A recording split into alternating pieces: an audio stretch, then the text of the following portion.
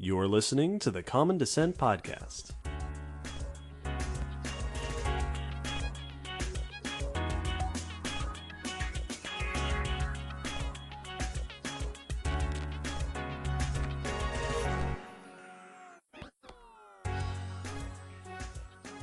Hello, Will. Hello, David. And hello, listeners. Welcome to episode 45 of the Common Descent Podcast. Hey, that number ends in a 5. Hey. You know what this means. I think stuff's about to die. Yeah, there's going to be some death in this episode. It's a paleontology podcast. There's death in every episode. Everything we discuss is usually dead. But this episode will have the most death.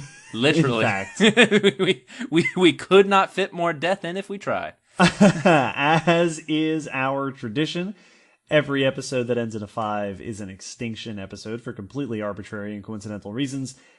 And this time we are talking about the often cited worst mass extinction in Earth's history, the end Permian mass extinction, also known colorfully as the Great Dying. Yeah, paleontologists don't get to name things super awesome death metal names very often. This one gets an awesome death metal name. I think it sounds like the name for an at least PG-13 rated Land Before Time movie. Yes, the Great Dying. The Great Dying. So, the Permian Extinction is the mass extinction that not only ended the Permian period, but the entire Paleozoic Era. In this episode, we will talk about what it was like before the extinction, during the extinction, and after the extinction, and get a sense of what effect this had on the world as we know it. And we're doing this, of course, because it was requested. Woo! This particular topic, extinction topic, was requested by our patron, Cheryl. Thanks, Cheryl. Thank you. So we'll get to that in just a moment, but first, a couple of very quick announcements. As has become a pretty much every episode thing now, when we get new patrons of a certain level or higher, they get a shout-out on the podcast, and we would like to welcome 2 of our newest patrons, Matthew and Mark. Welcome, guys. Welcome to the Baskin Coil. I think we've only actually discussed those names on After Chat. Yes. Up till this point. But no one has given us any other suggestions for what to call our listeners, and I really like Baskin Coil. Baskin Coil sounds like it's a product line of like skincare. You're making it less good. But it sounds like it's a product name. Bed Baskin Coil. Exactly. See, it has a nice ring to it. Anyway. In other news, we have been releasing a ton of extra content recently. If you haven't checked them out yet, September was full of our Spotlight series, which is now wrapped up. Take a listen, let us know if you liked it. Follow our guests on Twitter and on the internet because they're awesome people. And we'll see about doing more of that in the future if there's call for it. We released a Silver Screen Science episode about The Meg, in which we talk about the science of that stupid movie. And coming up in October, and the first episode will be out by the time this episode is out, we are releasing a special speculative evolution series which we have dubbed, Will has dubbed beautifully, Spookulative Evolution. Yeah, we'll be doing that all this month. We're going to be talking monsters and evolution in monsters. It's a lot of fun so far. We also very recently released a special episode about Sci-Fest, which we attended in St. Louis, so check that out. It includes interviews with a handful of dinosaur paleontologists. Yeah, and it was a lot of fun to get to talk to them, so take a listen. In other news, the news! The news? As you all know, if you are listeners, avid listeners of the podcast, every episode we pick some news from the world of paleontology, evolution, our favorite sciences, and we kick off the episodes by discussing some of the recent research. Hey, Will. Hey, David. Start us off. Very well. So I'm going to start at the beginning. That's a good place to start. With the earliest animal that we've identified so far. And it's cool because it's actually a re-identification of one of the Ediacaran biota that we discussed. Oh, episode 31. Yes. So this bit of news identifies one of those mysterious organisms as a definite animal, which is cool. The research that we'll be discussing for this bit of news is from Bobrovsky et al. In Science, and the article we'll be linking to is written by Ed Young in The Atlantic. And this research is recent, but it's not, they've actually used this technique once before, and we'll discuss that, but this is research that has looked at the fossils of one particular member of the Ediacaran biota to find traces that might indicate what branch of life it belonged to. Cool. So the Ediacaran biota, if any of you have forgotten, was this weird assemblage of organisms that crawled and sat along the ocean floor about 570 to 542 million years ago, just before the Cambrian and the Cambrian explosion. They're so bizarre, these soft-bodied creatures, that it has actually been debated what branch of life, what kingdom they belong in, whether they're animals, microbes, protists, or some other branch of life that did not make it. Something we don't have anymore. So it's been debated for quite a while because they don't persist, or at least most of them don't persist into the Cambrian, and they are unlike anything else we're used to seeing. Until, at least for one of them, now! Dickinsonia is one of the more famous of these fossil biota. It's very simple shaped, oval, overall shape, with a central line and these ridges, these, almost ribs that go out to the edge. So it looks kind of like a fern frond, but smushed and flat. And yeah. Some people have often called it like quilted. So it's just this little flat, semi-disc shaped, oval shaped, weird thing that has shown things of like, it's one of the few biota that, few of the Ediacaran things that show signs that it moved. So this has been one that people have pointed to as maybe being an animal. There's been lots of research suggesting that this research was on actually the fossils themselves in what was left behind. So researchers looking at these fossils noticed a dark film on the surface that is very indicative of organic compounds. And so I'm sorry, man. I thought of a joke and no one else is going to get it. And then I was like, don't tell the joke, but I already thought of the joke. I was going to say, imagine if you will, a dark film. A dark film. All right, I'm sorry. Go back to it. This dark film is the leftovers of organic compounds from the decomposing corpse of a Dickinsonia specimen. Now, the interesting thing about this is most molecules don't last very long if they're large and complex. So DNA, proteins, things like that break down very quickly, but smaller, more stable molecules can last longer. So they started looking into this film to try to identify some of those more stable compounds. And what they decided to look into was steroids. Because steroids are made by many forms of life, but they're very different in each major branch of life. The steroids that animals make are not the same that certain microbes make, that are not the same as other organisms make. So whatever steroid you find can tell you, most likely, what branch of life made that fossil. So they went and got 8 new specimens, 8 new fossils to do this test on. They used solvents to break down and extract the molecules and then identify them. And what they found was really cool, actually. In the sediment around the imprint, they found stigmasteroids, which result from green algae. So algae in the sediment around this organism. And then on the impression, they found cholesteroids or cholesteroids, which are only found in animals. So this, along with previous research, is a pretty strong indication that Dickinsonia was, so far, the earliest identified animal.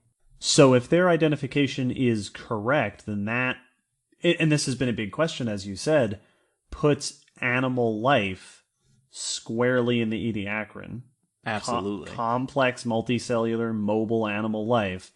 Right up there where we have not seen it before. Yes, and that is one of the things they mention is that this This indicates that animals got an earlier start than has typically been considered. Whether Dickinsonia was ancestral to anything, or whether it was a trial run of something that didn't make it past Ediacaran is still hard to say. But it is definitely, as with this research and a lot of other research seems to support it, so it's a pretty strong case that it is an animal. Now, the other side note on this that I really like is they didn't just do this with Dickinsonia, they did it with another specimen, another group of the biota. These are called Beltonelliforms, and they are these small half-inch discs that had been considered maybe to be like colonial bacteria or something similar to that, and when they used this technique on it, yeah, they found colonial bacteria was the answer.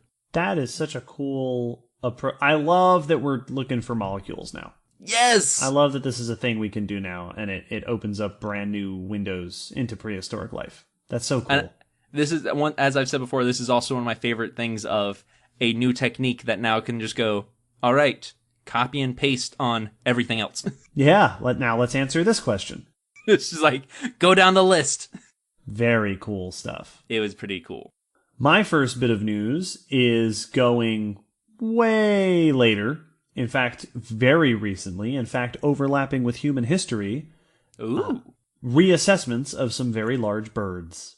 Specifically, the elephant birds of Madagascar. We talked about those. We did in episode 40, Madagascar.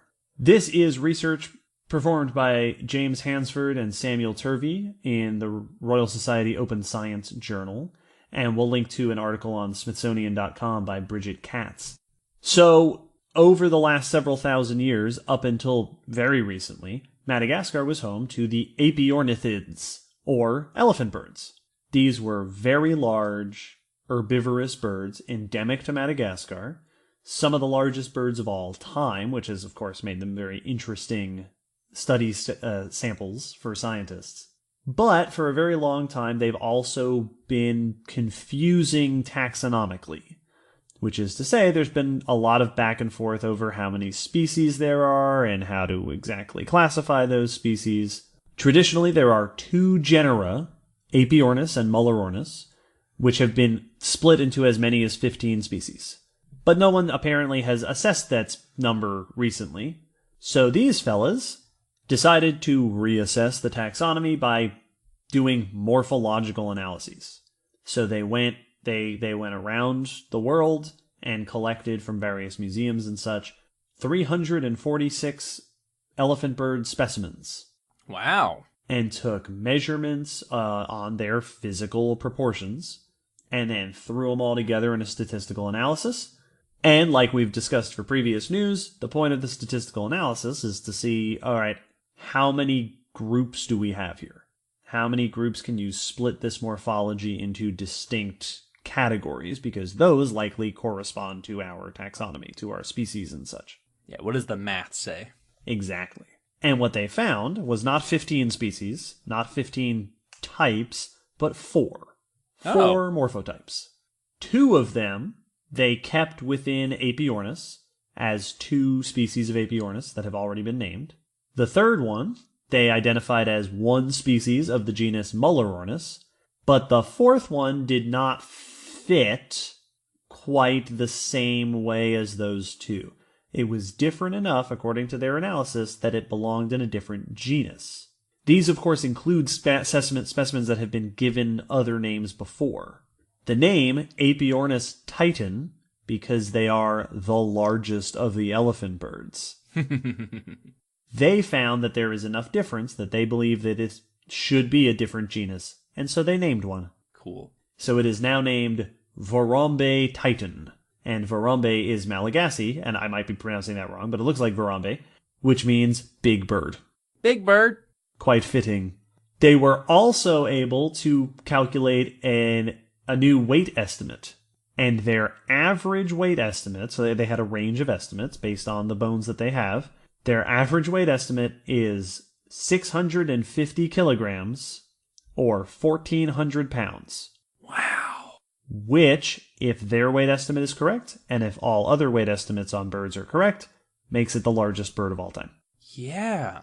bigger than the terror birds, bigger than the thunderbirds, the dromorniths, that this would be by weight, and it was probably about 9-10 feet tall. That to give a perspective, if they were still walking around, that weight would make them one of the heaviest archosaurs. Yes. They would be outweighing many of the smaller crocs and gators.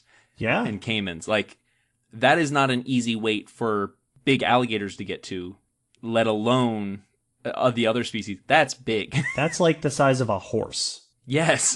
That's a big animal. Because terrestrial herbivores get huge. So not only does this offer a new view on taxonomy, which is very helpful, because categorization is how do we understand their diversity, how do we understand their evolutionary relationships, but new genus, and possible contender for the biggest bird of all time. Very, very cool. It makes sense that the one that is notably big might be different. That happens a lot of times in groups of animals where you have the group, and there's this one that is really, really big and stands apart a little bit. Yes. Because it takes major changes in your biology to get really big a lot of the time. But that's really cool. Yeah. They also pointed out that, and some of our listeners might already be thinking this is a purely morphological analysis, but elephant birds are geologically recent enough that you can also get DNA.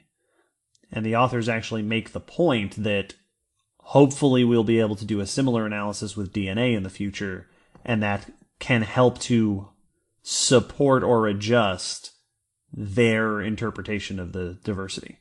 And surely those two will agree completely. Surely. Why wouldn't they just sync up? Obviously, they will say the exact same things, and we can lay the whole thing to rest. And everything will be fine. It's molecular analysis. No, yes, 15. Yeah, no, okay. We actually found 17? And the DNA tells us the bird was only 1,000 pounds. How does the DNA... Listen, DNA. The genes don't lie. So, we're going to go from big birds to tiny mammals for my next news.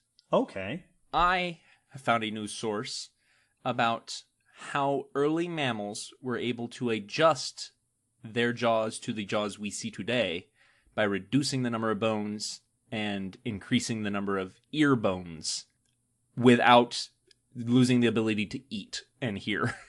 This research is done by Lautenschlager et al. And published in Nature, and the article we'll be linking you to is by the communications team, was the only people to take credit for writing it that I could find, from the University of Birmingham. That's because it's a press release. And the University of Birmingham News. Yes, this is a press release. Yeah.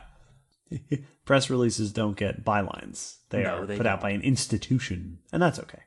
So to give you some background as to what we're talking about here, mammal jaws are weird when compared to other vertebrates. Most animals that have skulls and jaws similar to ours have multiple bones in the bottom jaw. Yes. Yeah, so their bottom jaw has two halves, and in one of those halves, most animals have at least 5 bones that make it up. Yeah, reptiles, it's usually 5 or 6. Yeah, so it can vary depending. Some of them, in some animals, you'll see a piece that is cartilage in one animal, maybe bone in another. But these are things like the dentary, the angular, the surangular, the articular, splenial, and then coronoid is also in there. The articular is the one that can be cartilage sometimes. These bones are pretty consistent throughout most groups, but in mammals, if you've ever seen an x-ray of your own face or a human jaw, you may notice we have 1 bone. Yes, on each side. On each side. 2 halves, 1 bone.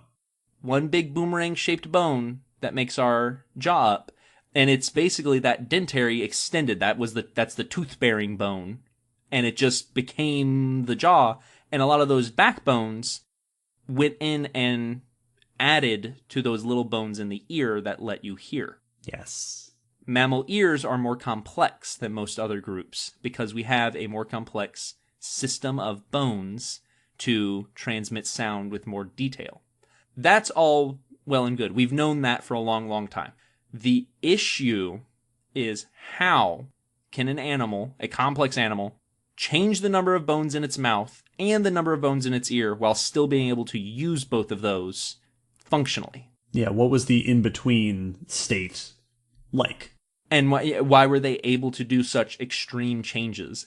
So the researchers decided to use X-ray CT scanning to analyze a number of early mammal jaws and skulls. They scanned them. This generated a digital model for each that then could be analyzed in various ways. What they found was that the trend they noticed among these mammals was that their small size affected the way their jaws function. So an interesting thing about physics for all of you is that physics does not scale.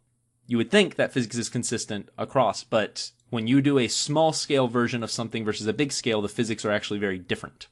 And having teeny tiny jaws meant it reduced the stresses from biting while still allowing them to have enough pressure to have an effective bite. Interesting. So their jaws were not being put under the same kind of pressures and stresses that a jaw our size or bigger are experiencing, which makes them more malleable. There's not as much to go wrong as things are shifting. So these bones can change and reduce and move while still being able to eat. Mostly things probably like insects and small stuff like that. So the size of early mammals was actually a benefit.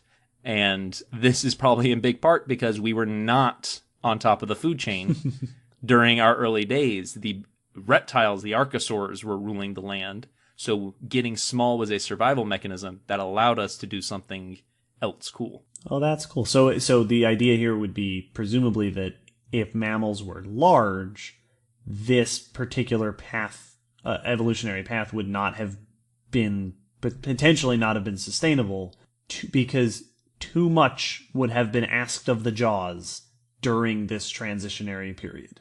Yes, that a tiger-sized animal that suddenly started adjusting the bones in its mouth would sabotage the effectiveness right of a mouth that size with that much power. Which is, it's one of those, I like this because that is a criteria that I never would have connected to the mouth. Well, how big is the mouth? Yeah. It's not a question I would have asked. That's a really neat connection to make there. Mm-hmm. Very cool. The last bit of news is about plants, but once again, a really large specimen. We had Allie on, so I can't be snide. Yes. About plant stuff now. This is research by Nathan Judd et al. In Science Advances.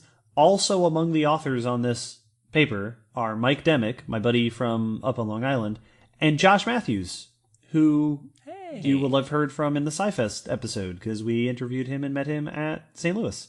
And we'll be linking the popular article in National Geographic by Michael Greshko. So, mid-Cretaceous, huh? Terrestrial remains from the mid-Cretaceous are pretty rare.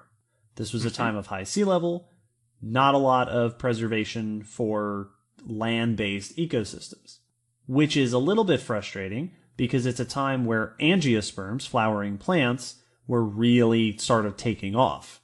Middle to early Cretaceous angiosperms are very rare, and they also tend to be very small.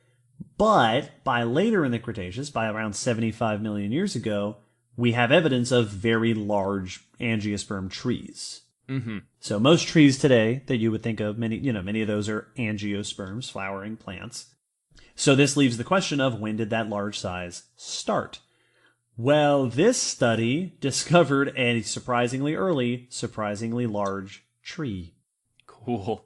This is in a newly discovered fossil assemblage in the Ferron Sandstone in the Mancos Shale Formation in Utah. Upper Cretaceous, around 92 million years ago.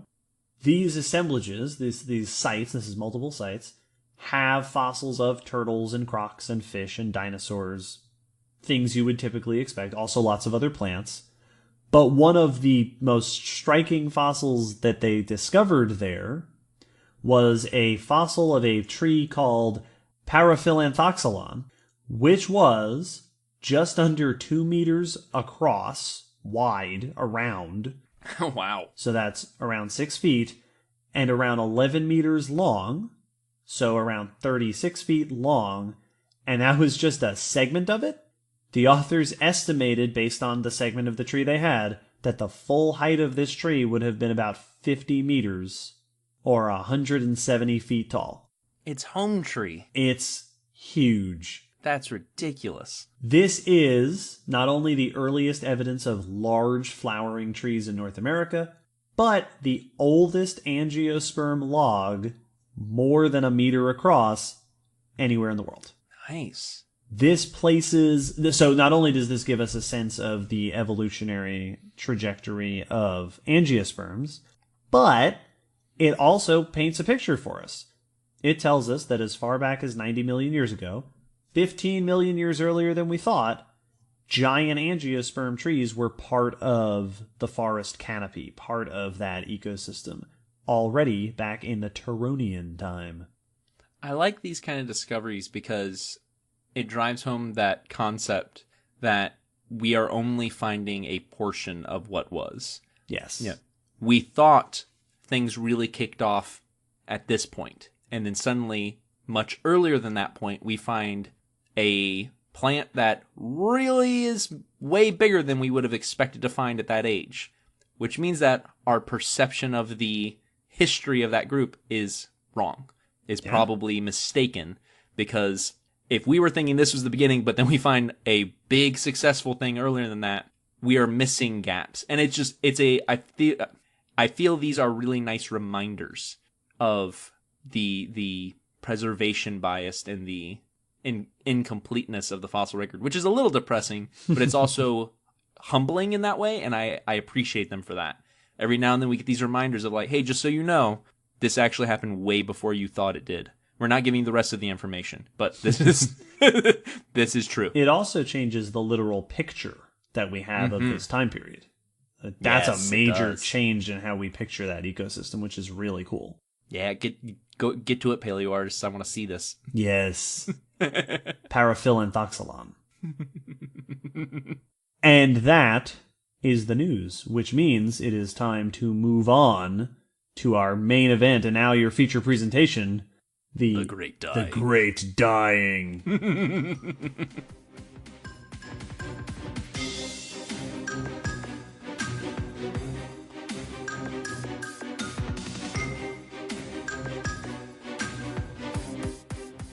Our story begins in the Permian period. This should be like, imagine film noir. Yes, exactly. It was the Permian period. It was the Permian period. I knew something was coming.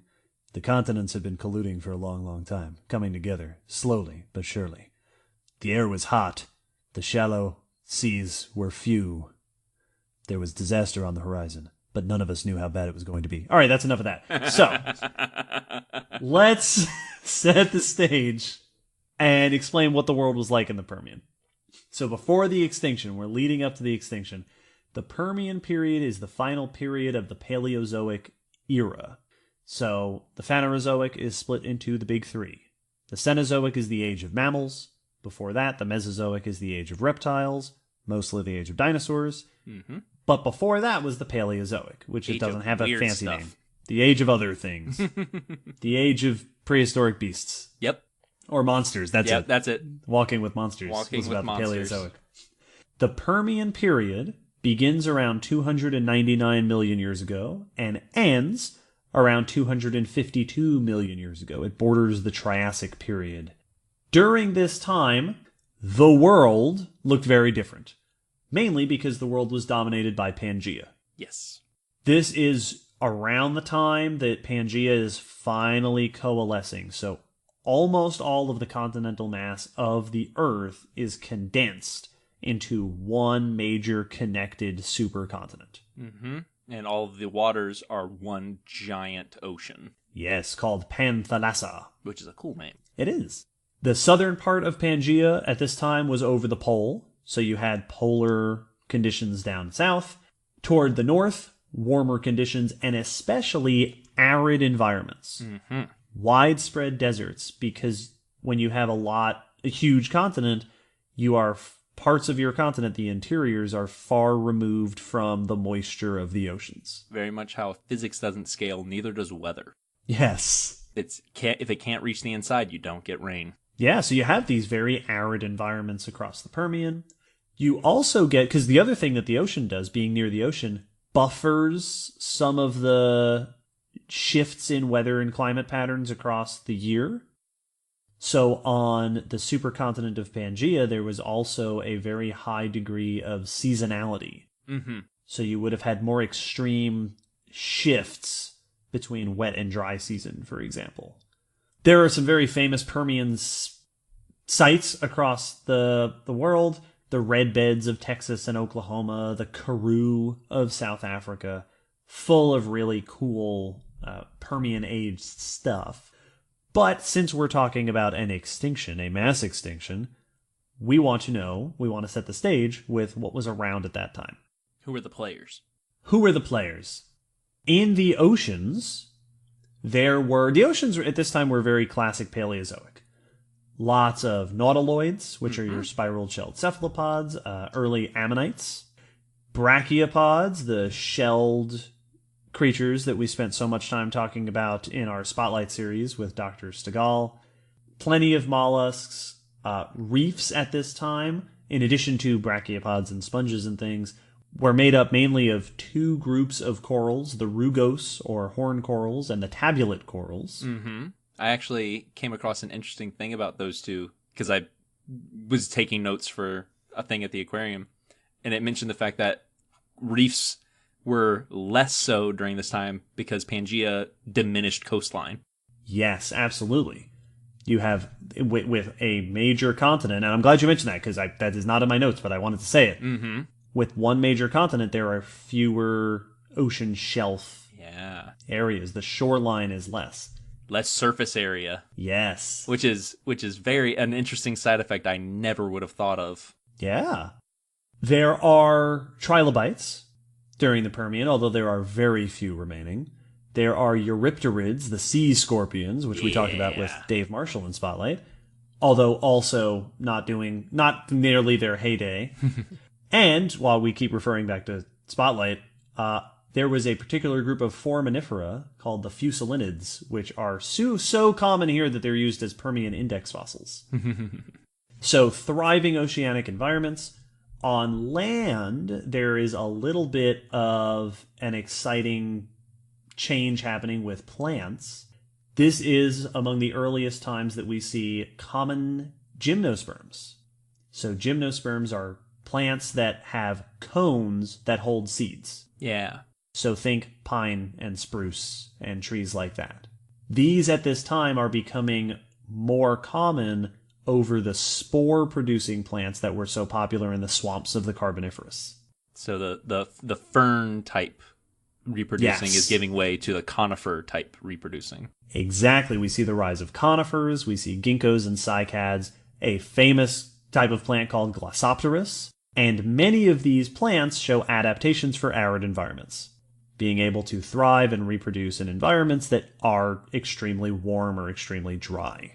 Which is a place that conifers nowadays also thrive in not typically hot and dry, but cold and dry is one of the reasons that needles are really good.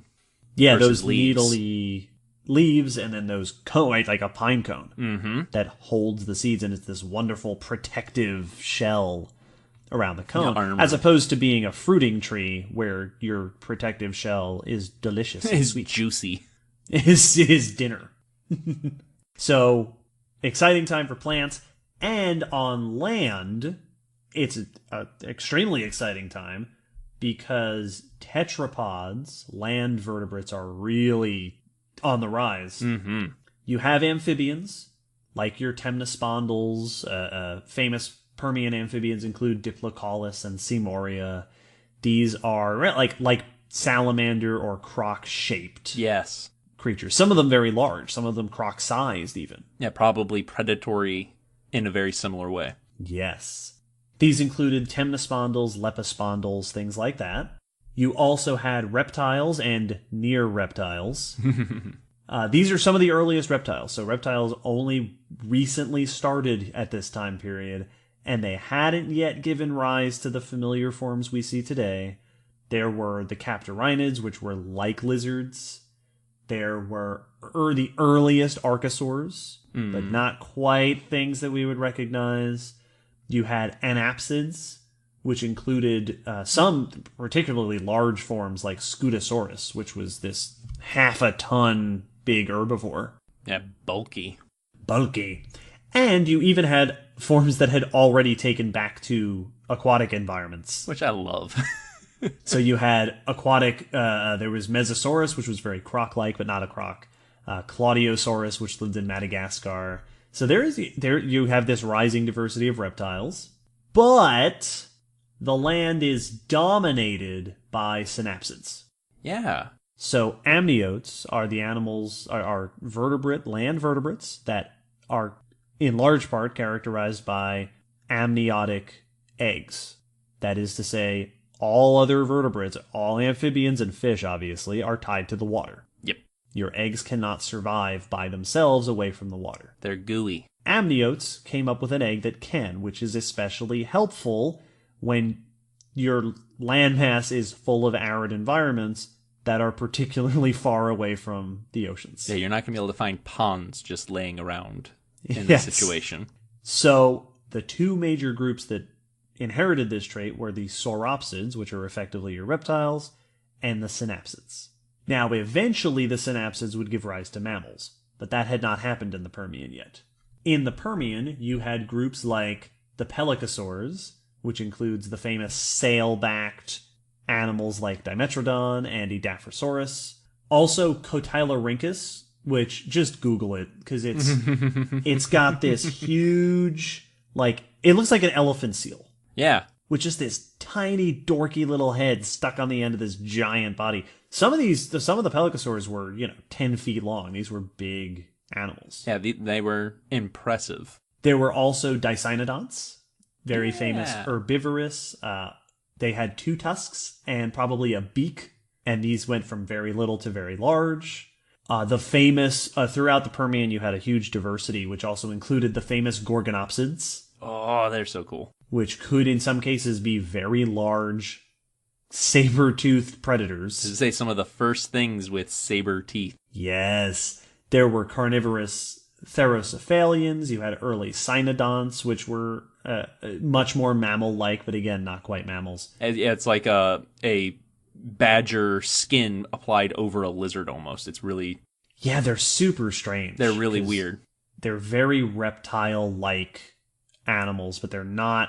No, reptile's not a great taxonomic word, but they're not really reptiles. Well, but they're definitely not mammals. It's why you'll often hear that term mammal-like reptiles thrown around.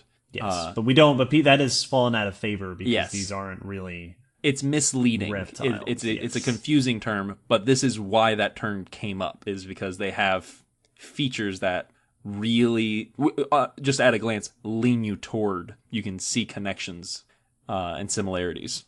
Yes, and that's what was majorly in charge. So, and this is the first time that this has really happened. Synapsids take over in the Permian, and this is a unique ecosystem.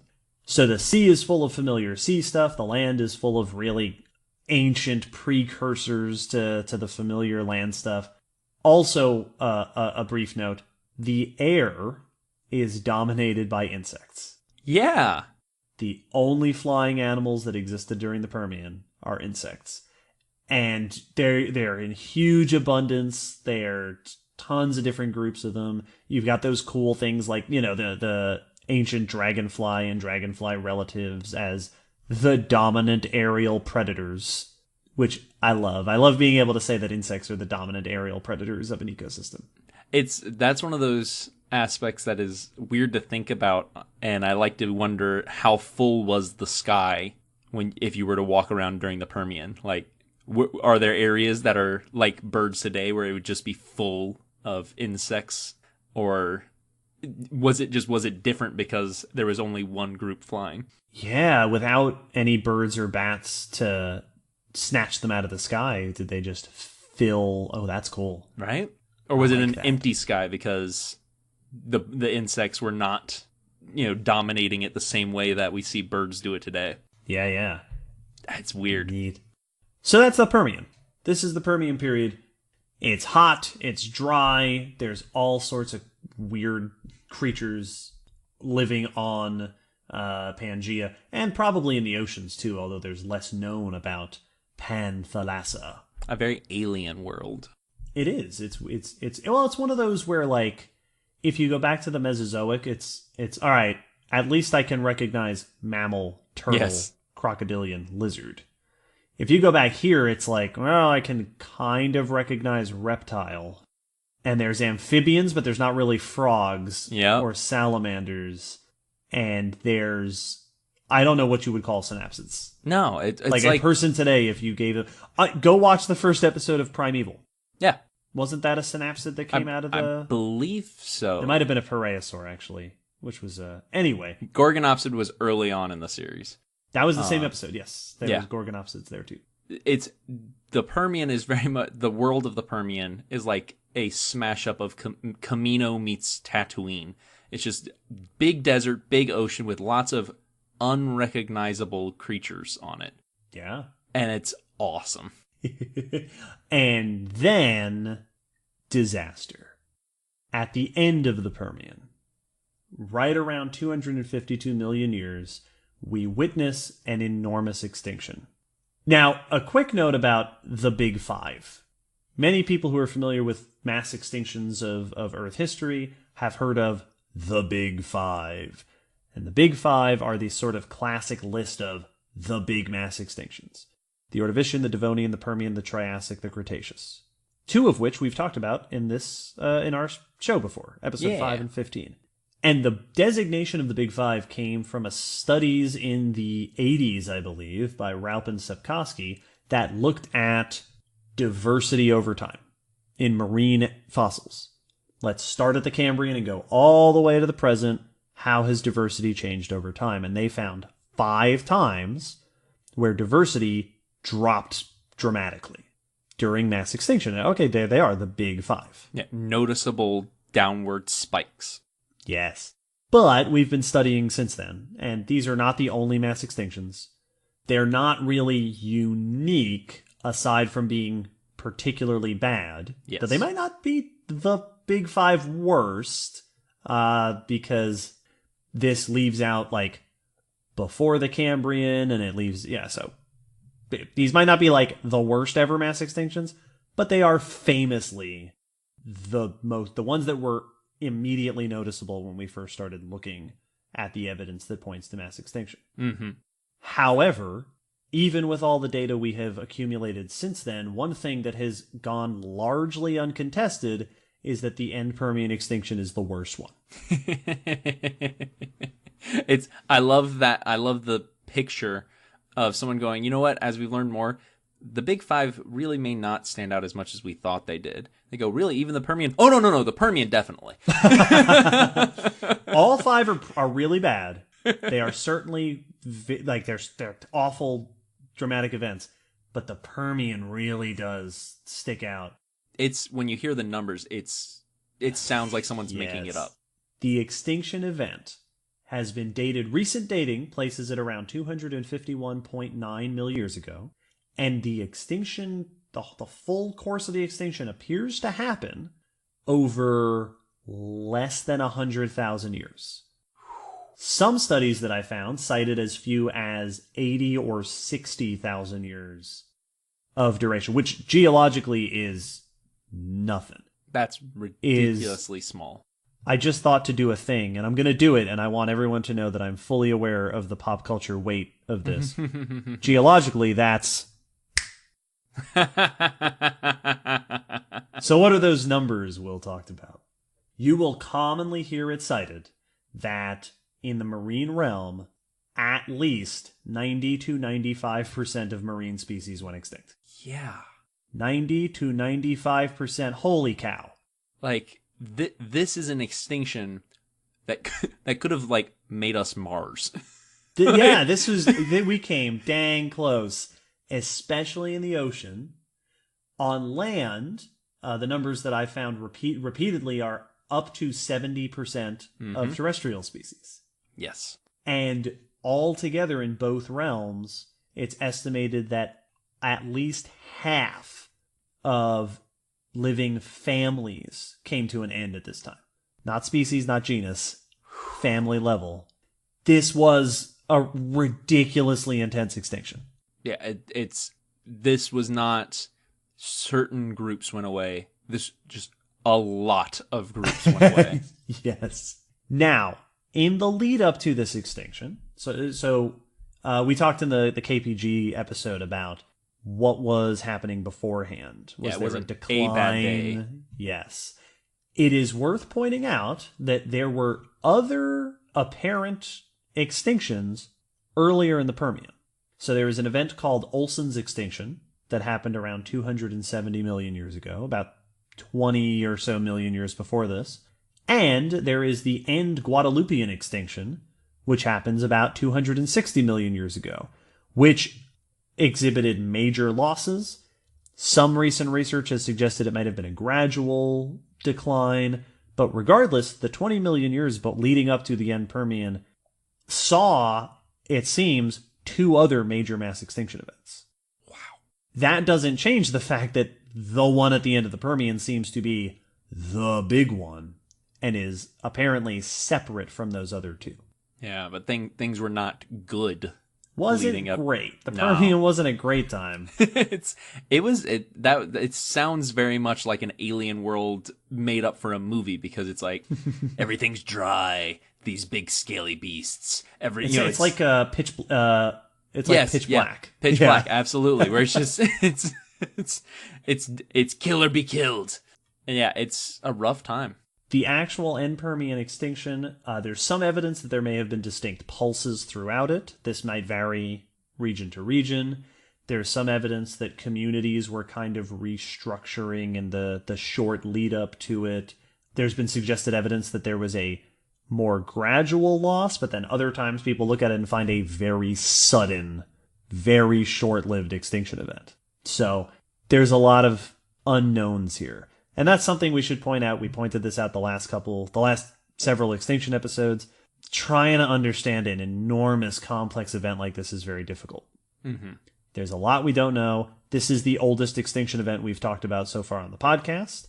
And as we've mentioned in the past, the farther back you go, the less evidence there is. Yep. So there's a lot of unknowns about this.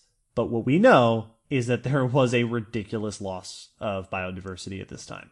The way I sometimes think of this vagueness on exactly when things started and when they ended and what was is like trying to define when did a fad begin to go out of style. It depends on who you ask. Yeah. Because I may still think disco's awesome. And it's that it is not a clean cut where everything all of a sudden just died altogether at once. Yeah. And the fossil record's incomplete, and it could be. All that said, let's move on to a segment that in my notes is called Who Died? Who died? Who died? Who died and left the dinosaurs in charge? All of the these. Oceans. Yeah.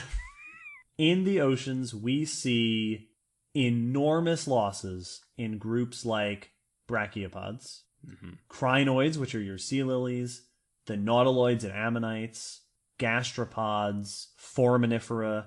And when I say huge losses, I mean near total extinction. Yes. These are groups that squeaked by. Very much like we mentioned with birds, in that even though birds survived the extinction, they did not make it through smelling like daisies. They were almost completely wiped out. So these groups, and many of these groups are still around today. Oh, yeah. They almost weren't.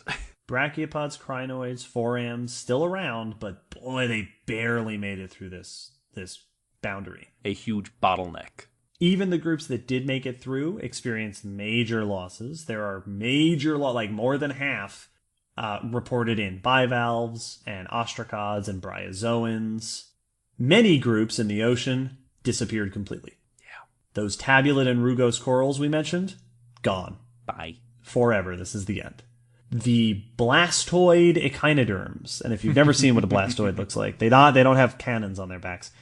They're these they look like little flower buds. Yeah. But they were animals, and they sort of would sit on the ocean floor and collect food. Very cool-looking fossils. Gone by the end of this. There is some evidence that they may have been gone before the actual end Permian, but if they weren't, they certainly didn't survive the end Permian boundary. The exact same thing is true of the trilobites. There were trilobites still holding on after 300 million years of Paleozoic life. It's been suggested that trilobites may have vanished earlier in the Permian, and if they made it to the end Permian boundary, they did not make it past it. Yep. Also, Eurypterids, the sea scorpions, same story. A few remaining groups made it into the Permian, did not make it beyond that. Yeah, many of the groups who were not thriving during the Permian, like they once had, did not make it past this. Same thing with the spiny sharks, the acanthodians, which were super awesome in the Devonian. Yeah, what a shame. Wiped out in this event. And just in general, this is really interesting. On the other side of the Permian-Triassic boundary, after the extinction event, there's just this huge loss of reefs and burrowing trace fossils. Interesting. That you just see this, just stuff has been taken out of ecosystems. Yeah. Way fewer burrows, way fewer reefs. I also saw things that mentioned stuff like the fish at the beginning of the Triassic all look the same because... Oh, yes, and we'll get to that. Yes. On land, as many as 2/3 of all tetrapods went extinct, including most of those cool synapsids we were just talking about. Yep. Most of those groups vanished. A few make it through, because one would give rise to mammals. Most of those disappear. This is also the only known mass extinction to have caused dramatic losses in insects. Which is notable. Insects have obviously experienced extinction before, but for the most part, they seem to go through mass extinction boundaries relatively fine. Several orders of insects vanish at the Permian boundary. Wow. It was so bad that even the insects although, funnily enough, and I don't read any more into this but in the early Triassic, most of the remaining insects were relatives of cockroaches. Which I think is, or cockroaches or cockroach-like organisms, which I think is delightful. They get through, we're going to be famous for this. Yeah, this is what we're going to be known for. Get the Twinkies. In the plants, you remember those gymnosperms that were doing so well? That were doing really hot? A lot of those disappear. The famous Glossopteris flora vanishes here. Just a general decline in forests. Just this huge, just like the reefs were largely wiped out, forests were largely wiped out in this event. That's one of the crazy things is we're used that mass extinctions can remove big players. Like, all right, no more dinosaurs. That's a big change, but the ecosystem was still there. Now it's just less full. Right. This was an extinction that went, all right, no more of this habitat. Yeah. This habitat is gone for now. Yes. Let's do without reefs for a bit. And those forests, you can have a few. That's crazy. And it's removing ecological roles. So a lot of, like I said, those burrowers, reefs, and the reason you have reefs disappearing is because you're losing reef builders. Mm-hmm. I've also seen some reports of losses of things like small browsers. That in some places that particular niche is just unfilled now. That whole ecological role is gone. The same paper that mentioned a loss of small browsers mentioned a loss of small fish eaters. Yeah. Just piscivory, the kind of animal that is small and eats fish, gone. Just they just wiped those guys out. When you get rid of the fish, you get rid of a lot of other animals too. Yeah. That's crazy. Huge losses in species, losses in entire majorly important groups, in just demolishing of ecosystems. This is like those post-apocalyptic movies where it's like, and then all electronics are made obsolete, or all the gas. It's that kind of thing of like we didn't just blow up city. It's this thing that is fundamental to the way your world works, we're taking that away. Doesn't exist anymore. Yeah, no more technology. That kind of thing this is a ridiculous shift in the way the world worked. Yeah, very apocalyptic. Yeah. Indeed, indeed. There are some patterns apparent in the losses, besides the pattern of it just sucked for everybody. I'm noticing a pattern here. A lot of stuff's dying. Yeah. Yes, something's going on here. Hey, guys. Back to my film noir, I could tell something was wrong, because all the things that used to be living here weren't. But, now, and we should specify, and we said this definitely in episode 5, there's often this sort of image in our heads of there are survivors and there are victims of a mass extinction. And I feel like there's this misconception that the survivors skip merrily across the extinction boundary. Yeah. That's not the case. I don't know that anything skipped merrily across the end Permian boundary. Well, and I think with a lot of mass extinctions, that thought's there because we have those animals around still. But I think the more correct way to think about a mass extinction is like a war. Like, just because one side wins doesn't mean it wasn't just, it was just okay the whole time. Oh, yeah. Yeah. So everyone on the planet would have felt this extinction. But there are patterns. So, for example, there is notable loss in calcareous organisms. Yes. Organisms that rely on calcium-based, calcium carbonate, things like that, in their shells and their skeletons, like corals, like brachiopods, exhibit major losses. I've seen it pointed out several times that organisms particularly susceptible to elevated carbon dioxide levels. There's some foreshadowing for you, which includes part of the same reason that you are seeing preferential loss in calcareous organisms. Organisms with lower metabolisms seem to have suffered. So there are patterns to be gleaned here that there was preferential extinction. Yes. In certain groups. One other thing that I really want to point out, just because it's one of my favorite little notes, at the Permian-Triassic boundary, there has been noted for a long time a fungal spike. Yep. That is to say, if you have a graph and you chart how much fungus you detect in your sediments, there's a huge jump upwards at the boundary. Yeah.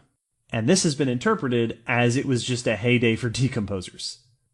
With all the forests and stuff dying, your fungi are going to have a great time. It's just that dream moment for a fungus. Oh, everything's dead. Yes. Now is our time. Yes, it's our time. Rise. Now, this has been challenged by some. It's been suggested that this might be an artifact of fossilization and it's not actually a fungal spike. Others have suggested that there might actually be a fungal spike, but it's an aquatic fungal spike, and so it doesn't quite indicate the same thing. One of my favorite things that I read was the suggestion that what people had identified as fungus were actually algae, which would make it an algal spike, which is even cooler, because that's like a global red tide. Oh my God. Because algae you get those algal blooms in times of environmental stress, in times of certain environmental conditions. Mm-hmm. So I'm happy with either of those options. Yes. I think an algal spike sounds fascinating and terrifying. This event is so major that it not only brings the Permian period to a close, it brings the entire Paleozoic era to a close. The difference from one side to the other is enough, geologically, even way back in the day, before we fully understood the mass extinction effect, was enough for early geologists to say, okay, Paleozoic on one side, Mesozoic on the other. Yeah. But now we come to the big question, the $252 million question. Why? What happened? What was it that caused this preposterous loss of life? How could something kill this much? Yes. What was the culprit behind the crime?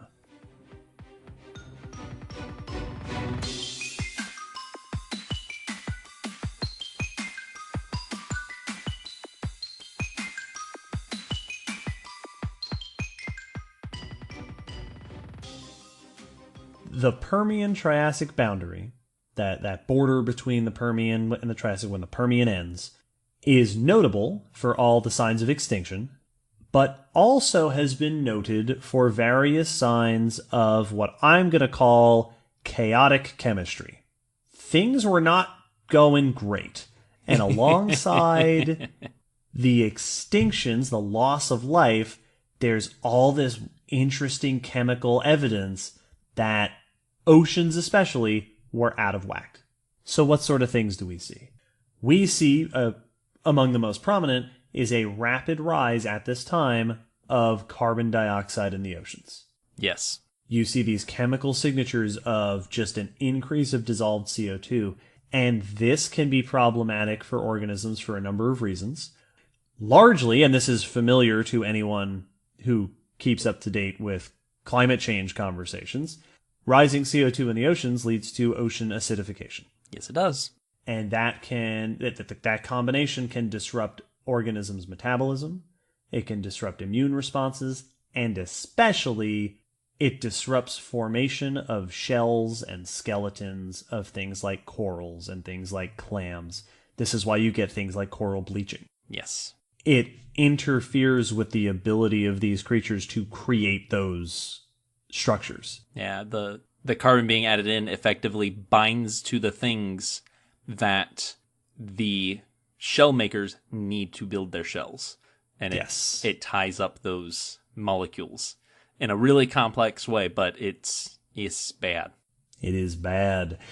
Another very famous effect around this time period is anoxia, which is to say a dramatic decrease in oxygen in the waters. There is widespread evidence of low oxygen in ocean basins and in shallow seas. This one, we don't have to explain why that's a problem. Oxygen's kind of important, and so when you start losing it, you start losing your organisms. Yeah, I mean, I like it. I've always been a fan. I preferred phlogiston. This can be related also to disrupted ocean circulation. So not only currents, as we imagine them, but also the cycling of waters and nutrients. Yes. Vertically as well as horizontally in the oceans. There is also around this time chemical evidence for a dramatic rise in temperature. Sea surface temperatures around the very end of the Permian rise fairly rapidly, 6 to 10 degrees Celsius, which is insane. Yeah. That's a ridiculous amount of rise. We are currently very concerned about 2 degrees rise Celsius. Yes. In our current climate change scenario. That's exactly what I was about to say is most corals cannot survive a 2 degrees Celsius temperature change up or down. Yes. That's ridiculous. So there was a major rise in temperature. And of course, temperature rise can not only, obviously, if you need a certain temperature, right? Plants and corals and things require certain temperatures. But also that can lead to things like ocean anoxia, and that can be correlated with rising CO2, which can also affect the CO2 levels in the ocean. Yeah. So a lot of these things are probably not disconnected. Chemistry can also be temperature-based. Yes, it can. Another famous chemical chaos of the end Permian is a rise in hydrogen sulfide in the waters. H2S. Hydrogen sulfide is toxic. Yes. This gets into your waters and you end up with poisoning of your organisms. This often goes hand in hand with anoxic conditions, low oxygen, because anoxia creates wonderful environments for the kinds of bacteria that metabolize and release hydrogen sulfide. So you get low oxygen, and that favors the rise of hydrogen sulfide. The combination of those two things is called euthinia. Ooh. Low oxygen, high sulfide waters. Euxinic waters. That domino effect of one situation gets bad, which makes another situation worse. Yes. And I've heard the description, and I think this is the most visceral description that I've heard, is that you might get, these conditions may have started in deeper waters and then flooded the shallow seas. So they seep up and go across the shallow seas where you have your reefs and stuff, Also, hydrogen sulfide increasing in the water can leak into the atmosphere. Yeah. And also, not only is that a toxic gas, but it can disrupt things like ozone. Oh, interesting. And the ozone layer is kind of important because it protects us from solar radiation. So lots of chemical nonsense happening that can be interacting in all sorts of different ways, but are all very obvious changes happening at this time and very obviously bad for life on the planet. Yeah, negative things happening and stacking on top of one another. I remember years ago reading about, actually one of the professors at Penn State when I was there studies this extinction and the effects of things like hydrogen sulfide. And I've read, and I don't know how prominent this view is. I didn't come across it prominently in my research, so it might not be that big a deal these days. But the idea that hydrogen sulfide release could have been like those lake eruptions. Oh, yeah. Where you get poisonous gases building up in a lake and then it bubbles up to the surface all at once. Yes. And you end up with this toxic cloud that can damage land ecosystems. That's very interesting. Yeah, so I don't know how dramatic it's thought that was, but certainly if you're releasing hydrogen sulfide, you might end up with toxic conditions. Interesting. So we've got chemical chaos, but of course this doesn't answer the burning question that I know our listeners are wondering. We had loss of life, yes. We had rising CO2 and temperatures and lowered oxygen, yes. And that probably caused death, but what caused that? Why did these things happen at this time, at this boundary, in this our planet Earth? The number one answer to this question, the number one most likely answer to this question is, and stop me if you've heard this one before, large igneous province flood basalt volcanism. Yep. At this time, we also see the formation in our planet's history of the Siberian traps. Remember the Deccan traps from episode 5. Traps refers to a huge region, the large igneous province, of basaltic igneous rock. Where volcanic rock is just built up over and over after eruption after eruption. Yes. The Siberian traps cover approximately 2 million cubic kilometers. That's more millions than I thought you were going to say. Of volume in Russia. And remember, all that rock started as lava. It covers around 1.6 million square kilometers to a depth of several hundred to several thousand meters. Wow. This was a lot of lava. Once again, meters was not the measurement I was necessarily expecting there. 400 to 3,000 meters. And remember, a meter is just under 3.3 feet. The Siberian traps, these eruptions, this continuous erupting, appears to have lasted for several 100,000 years across the Permian boundary, across the end Permian. So this is something that was going on, started before the extinctions, and continued right across them. Given that there are also similar flood basalt evidences for many of our mass extinctions, and given that this is the one major thing that's happening at this time period, this has been linked. This is the most common thing you'll hear linked to the Permian extinction. Yes, absolutely.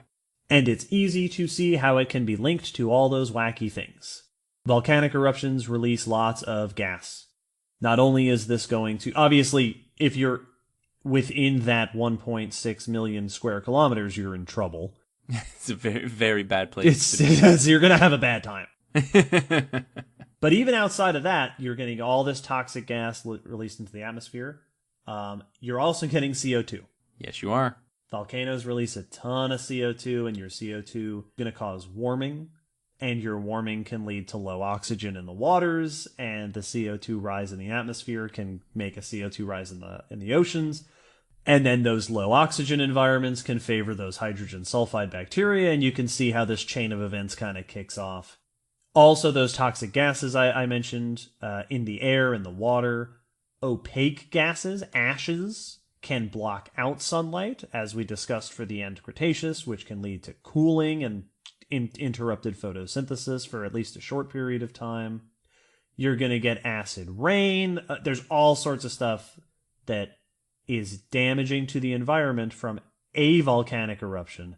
This was the volcanic eruption, the largest flood basalt eruption we know of, series of eruptions, and it went on for hundreds of thousands of years. So just for this time, the Earth was pumping the minerals and chemicals from beneath its surface into the atmosphere just continuously. Yep. And there's evidence, apparently, that unlike most basaltic lava flows, think Kilauea in Hawaii, slow oozing lava, right? Think the movie Volcano, think the lava in that one scene in Jurassic World Fallen Kingdom where the lava is conveniently slow so that the protagonist can roll away. Like a mudslide. Yeah, like it's molasses, this sort of ooze. But there's evidence that part of the traps eruptions, the Siberian traps eruptions, were pyroclastic, which is to say explosive, which means even more ash, which means even more release of nasty stuff. It was a bad time. It made me think of Sci-Fest. It's the boring and non-boring volcanoes. Yes, yeah, exactly. It has also been pointed out that there is at least some reason to think that the Siberian traps may have infiltrated coal beds. Oh, no. And if you ignite coal beds, that's just a whole lot more carbon dioxide. It was an enormous series of volcanic eruptions plus fossil fuels. Whew. So if that's the case, then that would make this that much worse. So wait. The release of all that coal. What you're saying is that the sudden burning of fossil fuels is bad for the planet? Imagine that. This is crazy. We have to somebody tell... Well, quickly, listeners, spread the word. The joke I was going to make is somebody tell the president, but then I don't know. Anyway. Now, one of the things that is complicated about the Siberian traps linked to the extinction is that, as always, there's issues with timing. The traps begin long before the actual extinction boundary. So were they the direct cause? Was there something that happened at the boundary that was a little different? That's very difficult to pin down. Was it the only thing? Was there a buildup of effects? The exact link, we don't know. But they sure seem like a good candidate for the main suspect in this event. Some other things that have been pointed out include the release of methane.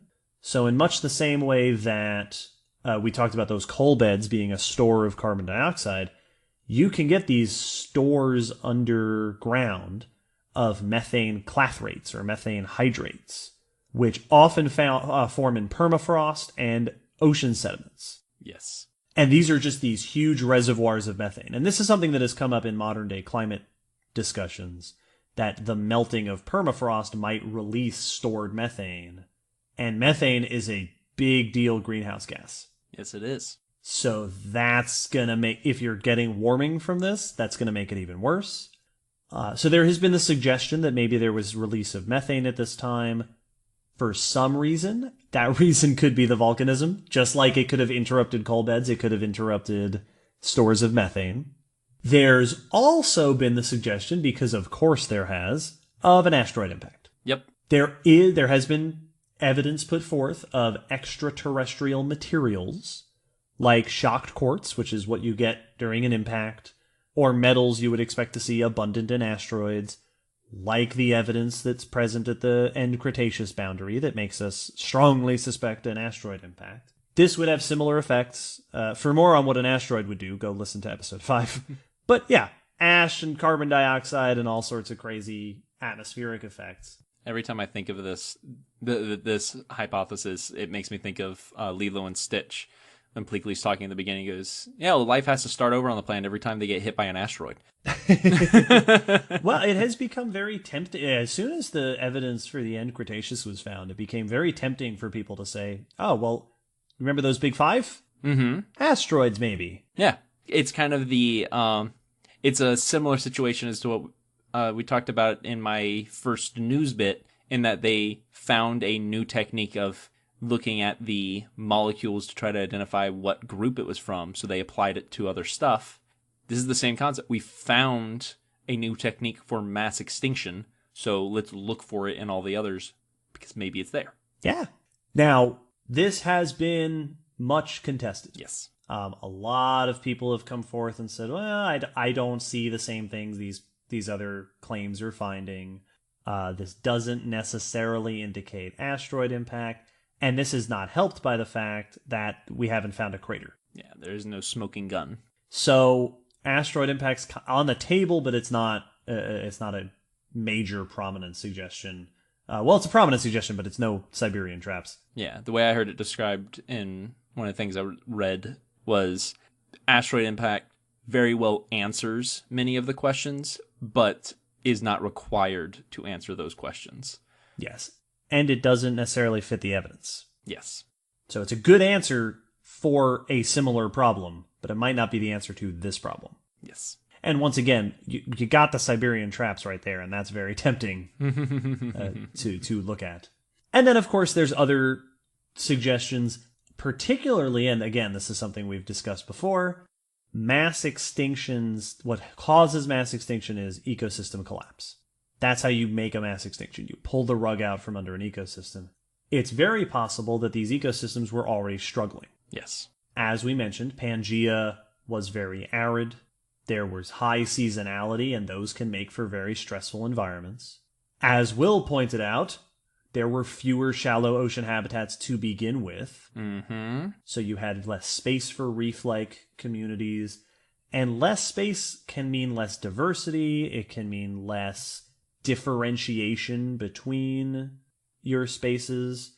This was a time where lots of new forms of life were sort of capitalizing on new conditions, but those new conditions were also making it really hard for a lot of other forms of life. And if you have a fairly uniform status across your planet, then there's not a lot of different areas that can react differently. Yeah. Yes, well, it's like the way immunity works across a population. Yes. Is if your population is all susceptible to the same disease, one disease is going to wipe you out. Mm-hmm. It's why in coral growing programs, we want to breed the corals ultimately instead of just fragmenting and effectively cloning them, because now all the clones are going to be susceptible to all the same thing. But yes, different babies with different genetics are going to now be able to react differently. And if your continent is one big dry continent and your ocean is one big deep ocean, you don't have a lot of variety. Yeah, and we talked about this probably in episode 8 about conservation. Mm-hmm. Less diversity tends to be bad. It means it's for susceptible ecosystems. Well, you have the way to think about them is as fail-safes. If you only have a few, cogs, then you can only have a few fail-safes. But if you have a lot of things in your ecosystem, then there's a lot of different fail-safes that they can hold up the food web without it collapsing if someone goes extinct. Indeed, indeed. And of course, as we mentioned earlier, the 20 million years leading up to this experienced 2 other mass extinctions. Yes, so they've been hit before they got knocked to the ground. Yeah, so even if those extinctions weren't crazy, and there's evidence that the end Guadalupean was actually kind of crazy, that's a hard, you're trying to recover. This only happened 10 million years ago. You're going to be diversity impoverished. Yes. So it's very likely, as is always the case with mass extinctions, this was probably a combination of things. The Permian was a tough time. There were Siberian traps going off. There's all sorts of changes to the ocean chemistry which can exacerbate each other. So this was probably a buildup of factors that contributed to cutting the bottom out of ecosystems. All the cards were against the planet, and it just lined up the wrong way. Yeah. And if you can interrupt, as we've discussed before, if you can mess up reefs by making that they can't create coral skeletons and the shelled animals like brachiopods can't make their shells, that's striking at the foundation of the community. That's devastating. If you mess up plants on land, that's the foundation of the ecosystem. So, yeah. So what you're easy saying to see that cascading effect is if we were to notice that coral populations were declining, we should be concerned? I would absolutely. If something like that happened, I would be very worried. All right, that's something, that's a good thing to be aware of. Make a note. Yes. It's funny that we yeah.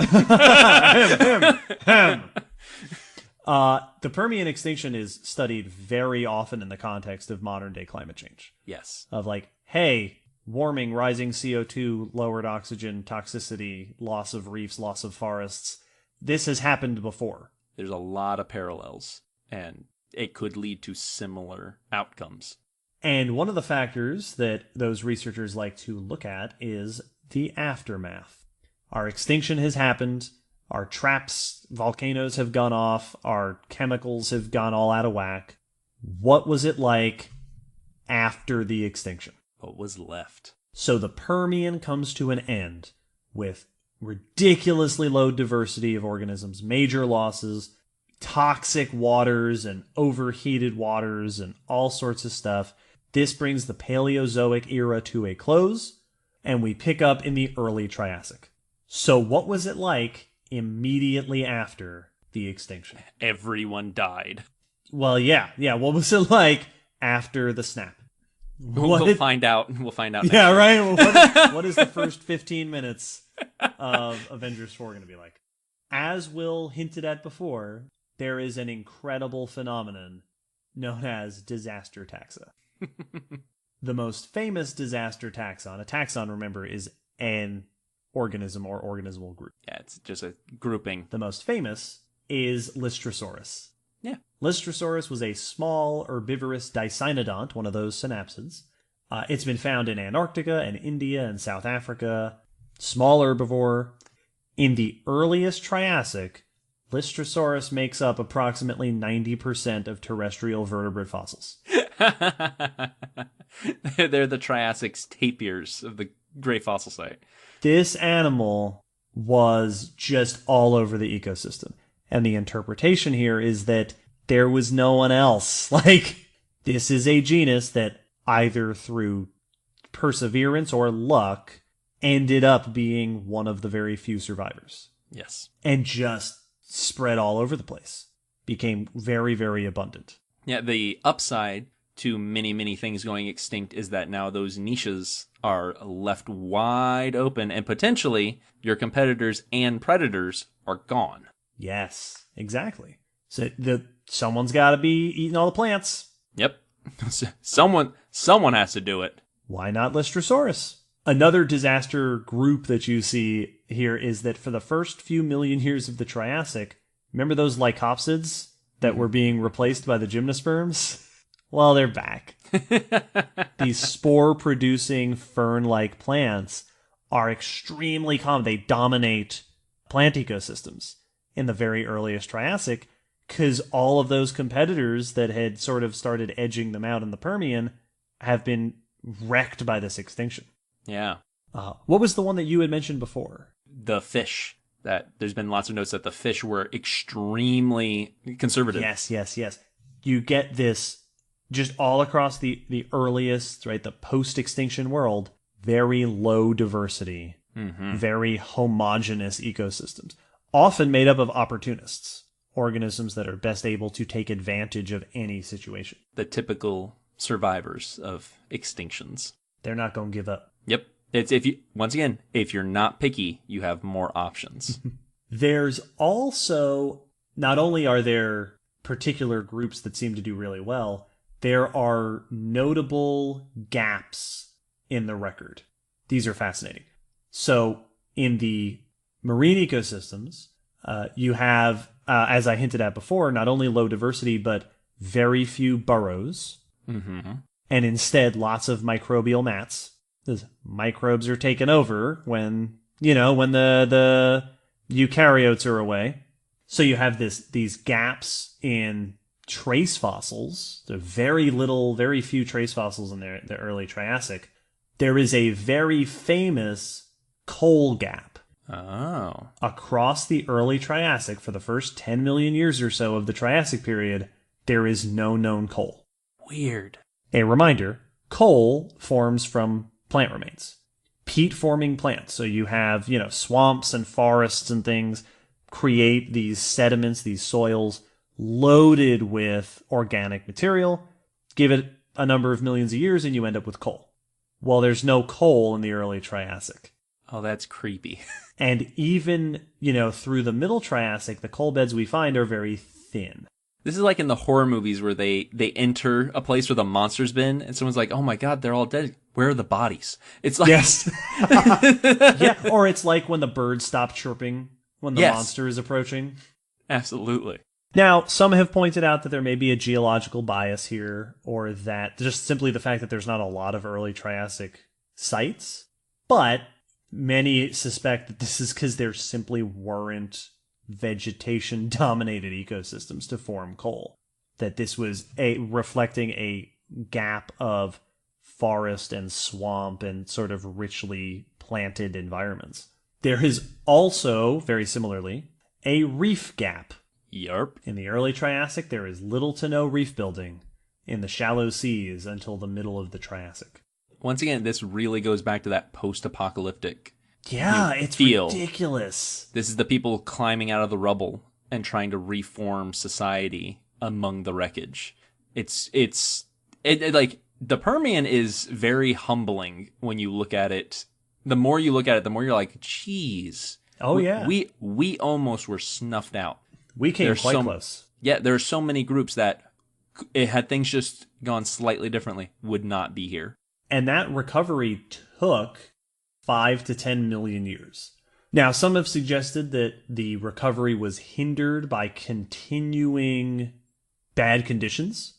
So you may have had lingering acidity and lingering anoxia in fresh and salt waters that may have limited that recovery. Yeah, the bad times that caused it didn't just suddenly turn off. Yes, but it took several million years before you start to see ecosystems, becoming healthy and more diverse again. I've seen it argued that arguably it took up to 100 million years to return to global family diversity. Wow. That you saw in the Permian. To be what we would be able to picture as a healthy Earth. Well, or at least in the Permian, there were this number of families of life that we didn't get back up to that for an insanely long amount of time. That's ridiculous. Now, all of this sounds terrible, and it is. It was a rough time. Yeah. But as our story, this episode's story draws to a close, the Paleozoic has been left behind, and this event, tragic though it was, set the stage for the Mesozoic. As the Mesozoic progressed on land, the synapsids are much reduced in their diversity, and so the Triassic, by the end of it, comes to be taken over by reptiles, especially archosaurs, which were able to rise in the absence of those dominant synapsids. Insect groups recovering from the event are at this point overwhelmingly modern. These are now mostly modern groups of insects. In the oceans, reefs do return, but they're not quite the same reefs. We talked about this in episode 36. Yep. That in the Paleozoic, your reefs were dominated by those rugose and tabulate corals and sponges and brachiopods. Mm-hmm. In the Mesozoic, and ever since, your reefs are made up of scleractinian corals, the stony corals, sponges still, and bivalves. And we talked about the rudest bivalves that were reef builders in parts of the Mesozoic. They're like trash can bivalves. Yeah, these really weird ones. There is also evidence of dramatic reorganization of global ecosystems. So there are some noticeable shifts, partially ecosystem complexity. Just the complexity in terms of diversity of life, diversity of ecological roles is higher in the Mesozoic and Cenozoic than it was in the Paleozoic. Interesting. And one of the really interesting shifts that you see at the bottom of the ocean, which is where most extinction studies occur, or at least on the sea floor in shallow seas, in the Paleozoic, shallow ocean environments were dominated by sessile epifaunal suspension feeders. Sessile means things that don't move. Epifaunal means things that sit on the substrate on the sea floor. Suspension feeders is, like filter feeding, pulling things out of the sea. Passive. Brachiopods, sea lilies, right? The crinoids. These were very, very common. After the Paleozoic, as Mesozoic ecosystems sort of pick up again, you see much more diversity of mobile organisms, things that move around, and infaunal taxa, which means living in the ground, in the substrate. So, whereas the brachiopods and sea lilies on the surface, staying in one place, these days we see a lot more crustaceans. Yeah. You see gastropods, right? Snails and things. A lot of bivalves, clams, bury themselves. Yes. In the oceans. This is also partially related to what's known as the Mesozoic Marine Revolution, which was the evolution of a great diversity of predators that were evolved to eat hard-shelled things. Yeah. So this is, for me, one of the most fascinating changes, is not only did we lose a lot of old groups and gain some new ones, not only did certain groups lose their dominance and other groups rose, and the reefs are changing their structure, the actual ecological structure of our planet changed. It's really cool. That's one of the more interesting things to me about mass extinctions is there's always a depressing note to them, even though they're natural. They happen, and they are not dooming the planet. It just is part of the process. Even with that bit of depression, it is also cool because they can shake up the foundation to allow something new and different to be built upon it. It's the same thing as without the end Cretaceous mass extinction, mammals may not have ever been able to become as diverse and dominant as they are now. And without this, we may not have gotten the complex, or at least not the same kind of complex ecosystems that we're used to today, where there's these very, very nuanced and detailed and multi-layered food webs just about everywhere you look. Yup. Incidentally, a very brief side note. One of our dear listeners, not too long ago, informed me that when I say yup, it sounds to their ears like I'm being condescending. Oh, no. And they said, I'm sure you don't mean it that way, but it sounds that way every time. And that's not what I mean. So I was put that out there. Thanks for the feedback, dear listener. I'm not going to say who it was. This is a person we both know. Yeah. My mom told me that one time because a lot of time when we would go through like drive-throughs, I would say hello or thank you, be like hello or thank you, and my mom was like, that sounds like you're mocking them. I was like, that's not trying to. But anyway, thus endeth the Permian period, and thus endeth the Paleozoic era, and thus endeth our discussion of the end Permian mass extinction, the Great Dying. It was pretty great. The Great Dying. Yeah, great for us. It was great for it. And I hope the episode was great. The great episode. Great for Archosaurs. Great for the podcast. But before we wrap up this episode, one last thing. We have a question from a patron. Yes, we do. This question comes from Cheryl. And this question is actually in reference to episode 38, which was our grass episode, where we were joined by our friend Allie Baumgardner, our friend the Lorax. Cheryl's question is, so in the episode, we discussed that global climates became cooler and drier as you went from the Paleogene into the Neogene. And Cheryl's question is, Allie stated that much of the evidence for the changing global climate, cooler and drier, comes from foraminiferous studies of the sea floor. She says, it's been a long time since my intro to botany and micropaleo courses, but how do marine forams indicate aridity levels? I know forams are temperature sensitive, but if they're in the ocean, how do they indicate arid or dry climates? How are they connecting to the dry land itself? Yes, this is a wonderful question that I do not know the answer to. Will, do you know the answer to this question? I know I don't. I mean, I could make guesses, but I'm pretty sure they wouldn't be right. Hey, Allie. What? Do you know the answer to this question? I do. That's brilliant. That's what I'm here for. I'll be your Lorax again. So Cheryl's right. Because So forams are sensitive to temperature. They're much less sensitive to precipitation because if you think about it, you're talking about these tiny little organisms in a really big ocean. So in general, they're not that great at giving you paleoprecipitation. But you can combine them with other data. So you can get an idea of paleo CO2 levels in the atmosphere. And if you can couple that with temperature, you can get a pretty good idea of precipitation. In addition, these the ocean cores that have these foraminifera also will give you a pretty good idea of the amount of continental weathering.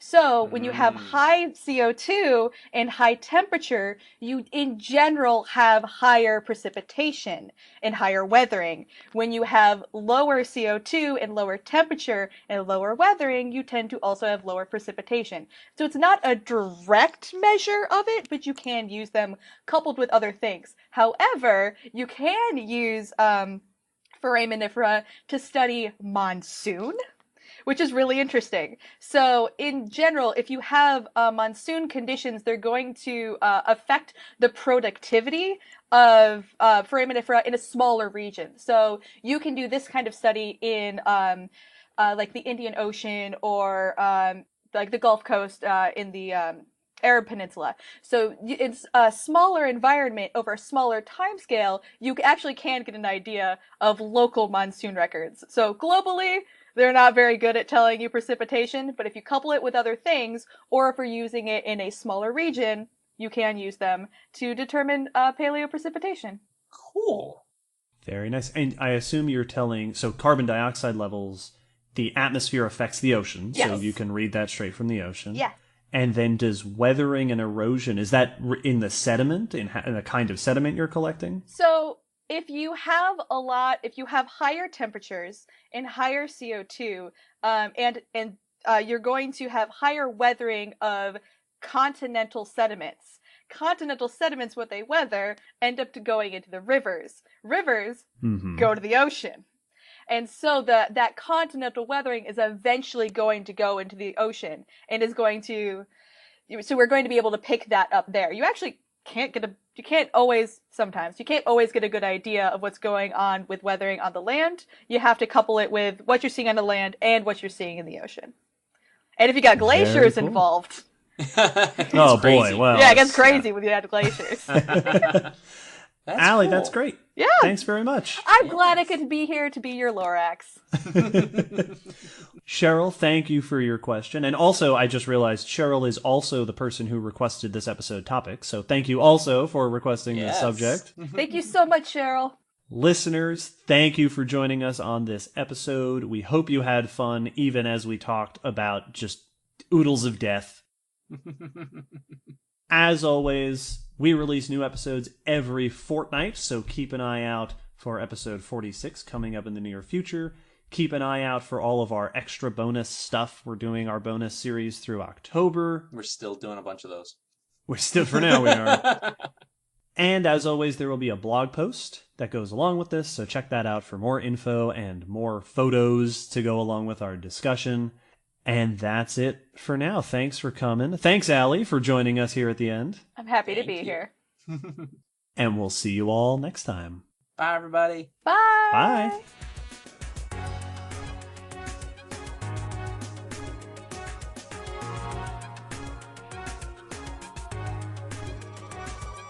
Thanks for listening to the Common Descent podcast.